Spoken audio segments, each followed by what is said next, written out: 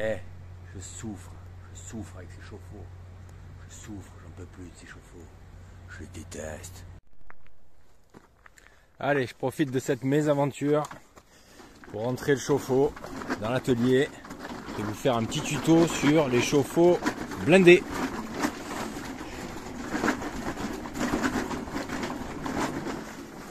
Voilà. Donc vous savez que les chauffe-eau électriques, il y a deux principaux modèles qui s'affrontent. Il y en a d'autres, mais les principaux qui s'affrontent, c'est le chauffe-eau électrique type blindé, c'est-à-dire avec une résistance thermoplongée. La résistance est directement en contact avec l'eau à l'intérieur du ballon. On va le voir tout à l'heure. Et la résistance de type stéatite, c'est-à-dire qu'en fait, sous le ballon, il y a une cavité dans laquelle une résistance est glissée, je vais vous en montrer après, et qui n'est pas en contact avec l'eau. Voilà, c'est deux modèles légèrement différents. Je vais vous en parler juste après. Donc cette vidéo, je vais vous la faire en 3 étapes. La première étape, ça va être comment faire le diagnostic sur un chauffe-eau blindé, c'est-à-dire un chauffe-eau comme ça. Là, en l'occurrence, c'est un Thermor. Comment faire le diagnostic de votre panne, savoir s'il est encore récupérable, réparable ou pas. Deuxième étape, on va faire une simulation de changement de la résistance thermoplongée de ce chauffe-eau. Ça peut arriver, il y a certains cas de figure dans lesquels ça peut être intéressant de le faire. Je le préciserai après lesquels ça sera. Et ensuite, je vais pousser un petit coup de gueule sur ces chauffe-eau, la qualité et la durée de vie de ces appareils, qui est purement et simplement scandaleuse. D'ailleurs, ça va faire l'objet d'une vidéo que je vais faire juste après, peut-être demain. Et la vidéo, je vais l'appeler un truc du genre « Je pars en guerre contre les fabricants de chauffe-eau ». Et je vais vous donner des trucs et astuces pour les embêter un peu. Voilà. Alors, première étape pour le diagnostic, de quoi on aura besoin? On aura besoin d'une caisse à outils pour, à minima, pouvoir défaire le capot qui est en dessous, qui est tenu par 3 petites vis. Un testeur d'installation comme ça, qui va nous permettre un peu de faire des mesures et de contrôler. Une petite pièce en métal comme ça, alors ça peut être n'importe quoi. L'idée, c'est que c'est une pièce suffisamment petite pour venir ici. Je vais vous expliquer après ce que c'est. Pouvoir appuyer dessus. Donc ça peut être un stylo à pointe dure, voilà. Avec ça, normalement, vous allez pouvoir faire un diagnostic très précis de l'état de votre chauffe-eau, sachant que si vous en êtes là, j'imagine, c'est que vous n'avez plus d'eau chaude. Donc on va le prendre étape par étape. Donc là, encore une fois, on est sur un modèle à résistance blindée thermoplongée. Bon, si votre chauffe-eau ressemble à ça, précisément, c'est bon. Si le thermostat est légèrement différent, je vais vous en montrer un. Donc si votre chauffe-eau ressemble à ça vu de dessous, alors faites abstraction de ça, hein, j'ai juste rajouté ça par-dessus. Mais en gros, un boîtier comme ça, légèrement désaxé par rapport à l'axe du chauffe-eau, eh bien vous avez un chauffe-eau de type stéatite, avec une résistance qui, elle, est glissée à l'intérieur du chauffe-eau, mais qui n'est pas en contact avec l'eau, qui est dans un tube qui rentre à l'intérieur du chauffe-eau. Et une résistance stéatite, ça ressemble à ça. Voilà, c'est une pièce comme ça. Alors, le principal avantage du stéatite par rapport au blindé, c'est que on peut imaginer que si la résistance est HS, on peut changer la résistance sans avoir trop de difficultés, comme là, on va le voir ensemble. En pratique, je vous dis à la fin de la vidéo ce que j'en pense. Pas tout à fait exact, comme c'est peut-être une fausse bonne idée. Voilà. Donc voilà. Donc ça, c'est un thermostat de chauffe-eau stéatite.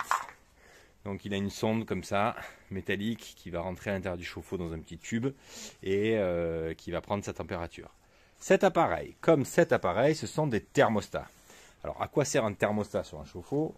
Il sert à ce que votre chauffe-eau ne soit pas en chauffe de manière perpétuelle. C'est-à-dire, vous mettez le chauffe-eau sur on, on ne veut pas qu'il chauffe H24 tout le temps. On veut qu'il chauffe seulement quand l'eau à l'intérieur du chauffe-eau est froide ou est en train de refroidir.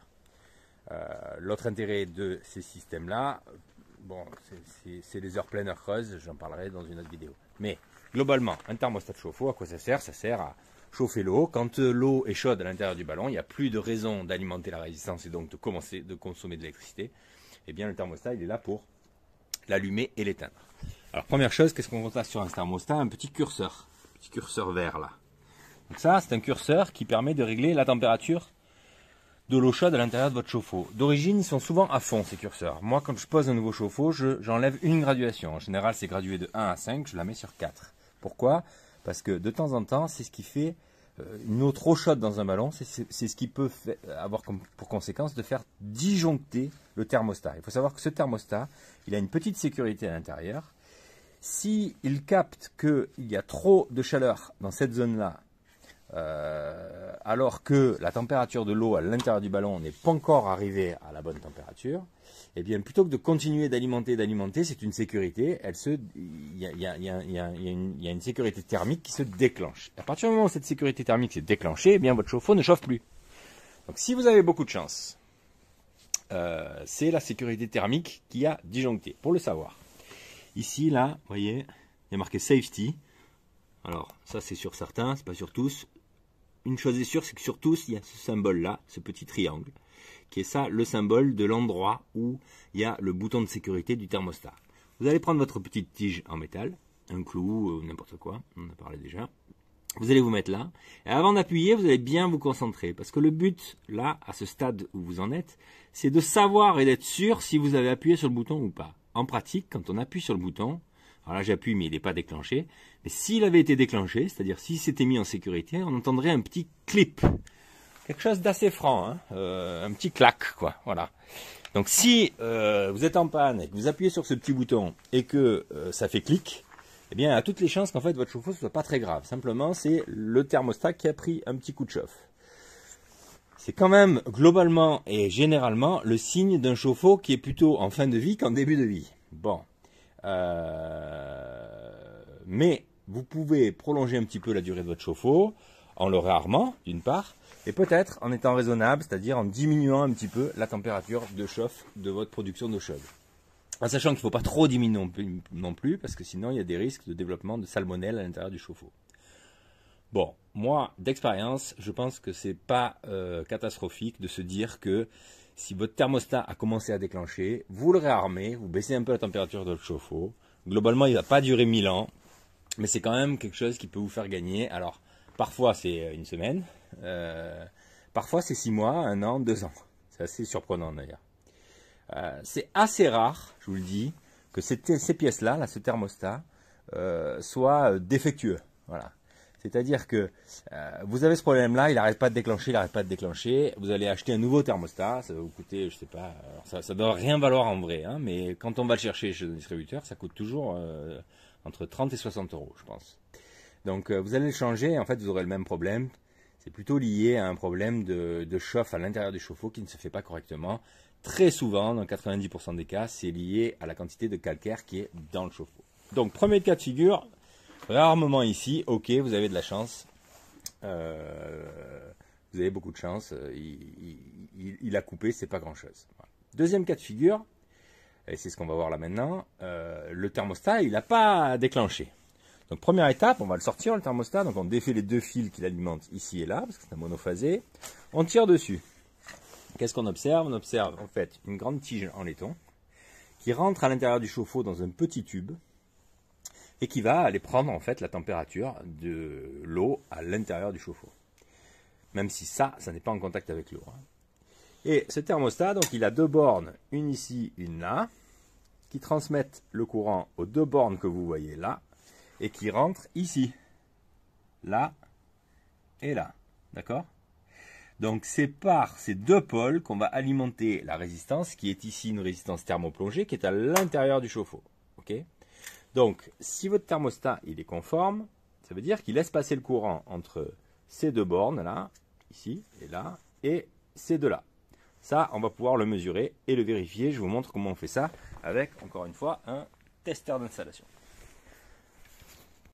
Alors, première chose, comment tester, régler votre testeur d'installation. On va chercher à mesurer la résistance, c'est-à-dire la continuité du circuit. Donc, le symbole que l'on va utiliser, c'est celui-là, là, le ohm. Ok ? Vous pouvez avoir des multimètres avec des affichages légèrement différents. Globalement, ce qui revient quand même souvent, c'est ce sigle-là. Là. Vous voyez ici, le ohm. Okay, c'est pour mesurer en fait la résistance entre deux bornes. Et là, je vais me mettre là-dessus et je vais vous montrer qu'est-ce qu'on va chercher à mesurer. Alors, première chose d'abord, On va regarder sur un testeur qu'est-ce qui se passe quand je touche les deux bornes. Là, je vais toucher les deux pointes de mes deux bornes du testeur, d'accord? Qu'est-ce qui se passe? Ça sonne et ça m'indique la valeur de 0. C'est-à-dire ça descend. J'ai du mal à faire le contact d'une main. Toujours la même histoire. Voilà. Là, je suis descendu, je suis quasiment à 0. C'est normal parce qu'en fait, il n'y a pas de résistance entre ces deux pôles puisque les deux fiches de mon testeur d'installation sont connectées. Voilà. Maintenant, ce que je vais faire, c'est que je vais mettre une des fiches de mon testeur sur la fiche arrière du thermostat, d'accord, et une sur la fiche avant. Alors, il se trouve que c'est par côté, c'est-à-dire que le bornier ici de raccordement du fil de votre chauffe-eau communique avec cette borne-là. Donc, ça veut dire que si je me mets ici et là et que j'appuie, pareil, j'ai la même valeur de quasiment 0 et mon testeur sonne pour me dire il y a bien continuité. Deuxième pôle, je me mets là. Et je me mets ici, même topo, ça sonne, la valeur diminue, proche de 0, on est bon, on est en continuité. Donc ça veut dire que là, mon thermostat, pas de souci, le courant rentre d'un côté, ressort de l'autre, donc c'est pas le thermostat là qui est en défaut, a priori, puisqu'il envoie bien du jus à la résistance. Et pourtant, ce chauffe-eau, je l'ai démonté parce qu'il ne produisait plus d'eau chaude. Donc maintenant, il va falloir tester la résistance. La résistance, on peut dévisser tous ces écrous pour y accéder, c'est ce qu'on va faire après. Mais il y a une méthode pour la tester avec, encore une fois, le multimètre. Je vous montre. Donc là, on va venir tester les deux pôles qui sont là, ici et là. C'est-à-dire c'est les deux pôles de la résistance qui est à l'intérieur de mon chauffe-eau. Et si c'est une résistance, tiens, je vais vous montrer après sur une résistance en bon état, il y aura une valeur. L'appareil va sonner et indiquer une certaine valeur. S'il n'y a pas de résistance, ben, l'appareil va rester comme ça. Alors, attendez, je vais mettre la lumière. Ça sera un peu plus parlant pour la vidéo. Ouais, pas beaucoup.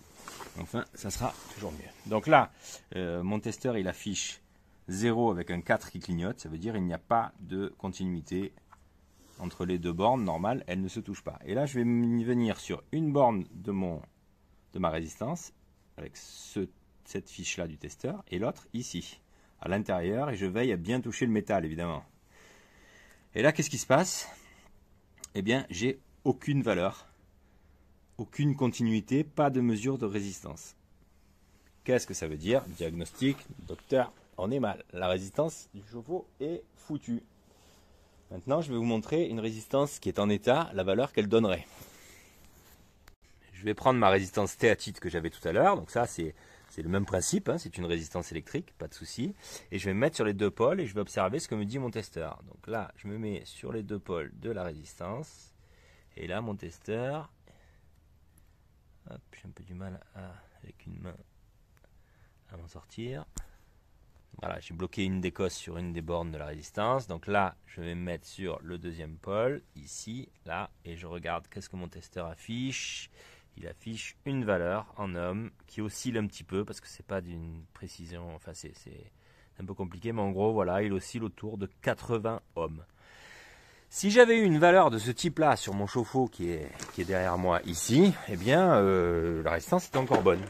Bon, là, je suis pas très surpris, à vrai dire, puisque le thermostat, je viens de le tester.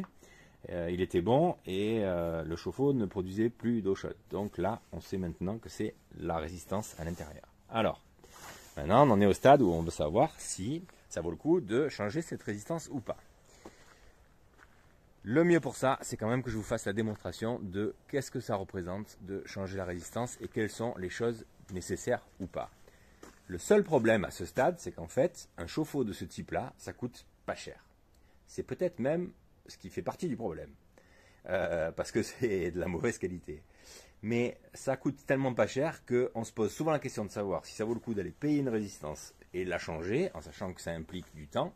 Si ce n'est pas vous qui le faites, c'est un professionnel qui va le faire. Alors là, je ne vous en parle même pas. C'est-à-dire que les plombiers d'aujourd'hui, quand une résistance blindée est foutue, ils ne proposent même plus à leurs clients de la changer. Ils proposent un échange standard du chauffe-eau. C'est lié au fait qu'on se demande toujours, nous, installateurs, si ça vaut le coup d'aller dépenser peut-être 80 € de pièces détachées pour changer la résistance, d'y passer à minima 2 heures ou 2 heures et demie. Ce qui va faire monter la facture à peut-être quelque chose comme, je sais pas moi, 350 € ou 300 € disons. Et alors que un chauffe-eau, ça coûte, celui-là, il coûte 145 euros. Et que si demain on le change, bon, ça coûte un petit peu plus cher, mais on repart sur un truc neuf. Voilà. C'est toujours un peu la question que l'on se pose. Alors, si c'est vous qui le faites, vous êtes bricoleur et vous avez envie de vous lancer, pourquoi pas? Sauf parce que votre chauffe-eau, il est genre 15 ans. Mais bon, aujourd'hui, c'est plus possible d'avoir des chauffe-eau de 15 ans. Mais bon, voilà. Donc, je vais quand même vous montrer ce que c'est et comment ça se présente. Comme ça vous donnera une petite idée. Donc, première étape, on va dévisser tous les écrous de du fond de cuve, d'accord, qui est en fait l'embase de la résistance.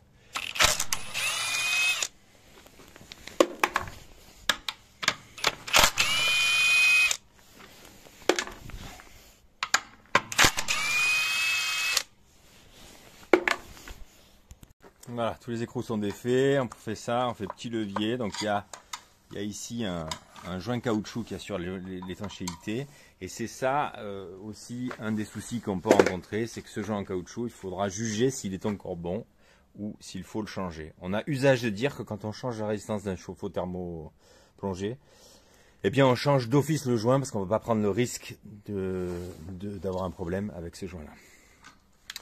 Donc, on sort doucement ça du chauffe-eau. Voilà. Bienvenue. Bonjour, bonjour. C'est le propriétaire. Ça, c'est l'anode. Hein.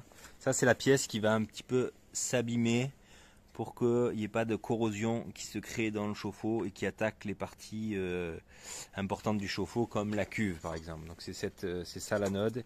Ça, c'est le tube qui va venir recevoir le thermostat et qui donc va prendre la température à l'intérieur du chauffe-eau, au plus loin possible que le thermostat là. Et le reste là, c'est la résistance qui ici doit faire 2000 watts ou un truc comme ça. Voilà. Et quelque part il est coupé et c'est pour ça que j'ai cette valeur de 0 quand je mesure la continuité. Et donc voilà. Je vais faire des petites recherches pour essayer de vous montrer quel va être le prix de cette pièce de rechange pour vous donner une petite idée. Je le rajouterai à la vidéo. Voilà. Ensuite, on revient sur notre chauffe-eau. Alors là, évidemment, bon, mais si on est parti pour acheter une nouvelle résistance, eh bien, on se pose la question de la qualité de ce joint. Alors le joint, il est là. C'est un joint caoutchouc. Bon, il est sale, c'est normal. Mais on se pose la question de la qualité de ce joint avant de remettre quoi que ce soit dans ce chauffe-eau, parce que, évidemment, si on achète une nouvelle résistance, on remet tout, on rebranche, on re-remplit le chauffe-eau et que là on a une fuite, bon, ça fait beaucoup de temps et d'énergie dépensés pour rien. Donc en règle générale, je pense même d'ailleurs que les fabricants, quand ils vendent une résistance comme ça, ils vendent le joint qui va avec. Je vais essayer de vous montrer avec un peu de lumière le fond de la cuve pour voir quelle quantité de tartre on a dans ce chauffe-eau. Allez, je vous montre l'intérieur de la cuve du chauffe-eau. On voit une lampe dedans. Voilà, alors ça, c'est l'intérieur d'un chauffe-eau plutôt pas très chargé, quoi. Hein. Il y en a un petit peu là, machin, et il y en a un peu au fond. Bon, on le voit pas bien, mais globalement, il n'y a pas grand-chose au fond. Hein. Il arrive que dans un chauffe-eau comme ça, qui a peut-être allez, 6-8 ans, vous récupériez genre peut-être 3 seaux comme ce seau-là de calcaire, comme celui que j'ai enlevé tout à l'heure, qui est par terre. Okay. Donc, mais ça, je m'en doutais, puisque en fait, ce chauffe-eau, il faut savoir qu'il a 3 ans et demi. Magnifique. C'est une pièce électrique qui est tombée en panne, la résistance. Et évidemment, il est garanti 2 ans pièce pour la partie électrique et 5 ans pour la cuve. Donc, dans l'os. Et c'est un peu scandaleux qu'un chauffe-eau de ce type-là dure 3 ans et demi. Et si je fais cette vidéo et que je vais faire ma vidéo coup de gueule demain, c'est que vraiment, c'est de plus en plus courant. Et quand je vous dis courant, c'est courant. C'est-à-dire que maintenant, un chauffe-eau qui atteint 7-8 ans, eh bien, je me dis à chaque fois, waouh, c'est Las Vegas, c'est Hollywood. Voilà. Donc ça, c'est quand même un vrai problème. Je pense que ça fait partie de tout un tas de choses qu'on consomme et qu'on cherche à consommer toujours moins cher. Donc les fabricants fabriquent toujours moins cher. Et donc du coup, ben voilà. À moins que ce soit de l'obsolescence programmée, je sais pas, pour les complotistes, peut-être qu'ils vont se lâcher là-dessus, je sais pas. Bref, le fait est que c'est quand même très dommage, parce qu'en fait, ce qu'il faut se dire, c'est qu'un chauffe-eau, Alors d'abord, c'est un très gros désagrément hein, de ne plus avoir d'eau chaude. Vous tombez en plein hiver, le temps de vous dépanner ou de vous faire dépanner, il se passe toujours des jours. C'est très désagréable. Première chose. Deuxième chose, quand on installe un chauffe-eau électrique chez soi, ce qui coûte le plus cher, c'est la main-d'œuvre de l'installateur. C'est pas vraiment l'achat du chauffe-eau à proprement parler, compte tenu des prix. Donc du coup, faire se dire j'achète un chauffe-eau pas cher, alors ça, je vais en parler demain dans la vidéo, regardez là, hein, parce que je ne suis pas en train de vous dire d'acheter des chauffe-eau chers, hein, pas du tout. Mais en tout cas, c'est un drame de se dire que on va devoir changer des chauffe-eau peut-être en moyenne tous les 4 ou 5 ans. Parce que ce qui coûte le plus cher, c'est pas la fourniture, c'est la main-d'œuvre. Donc en fait, à chaque fois, on se repaye de la main-d'œuvre et donc du coup, ça finit par être un budget pharaonique. Voilà. Et pourtant, là, c'est entre guillemets, alors j'ai dit 145 € tout à l'heure, mais non, c'est les premiers prix des blindés. Ça, c'est un chauffe-eau Thermor, donc c'est un chauffe-eau qui a un petit peu de marque. Bon, c'est pas ultra cher, mais c'est quand même un chauffe-eau de marque. Voilà. Donc c'est quand même dommage qu'au bout de 3 ans et demi. Voilà. Bon, j'espère que cette vidéo vous aura amené des éléments. Si c'est le cas, ça me fait toujours très plaisir de le lire dans les commentaires ou de sentir que vous vous êtes abonné parce que ça vous a rendu service. J'ai essayé d'être le plus clair possible. Si vous avez des questions, n'hésitez pas à les mettre dans les commentaires. Je ne vais pas tous les jours, mais je vous répondrai. Il n'y a pas de problème. Et n'hésitez pas à vous abonner à ma chaîne, ça me pousse à en faire d'autres, mettre un petit like. Et je vous remercie beaucoup d'avoir regardé la vidéo jusqu'au bout. A bientôt mes petits canards.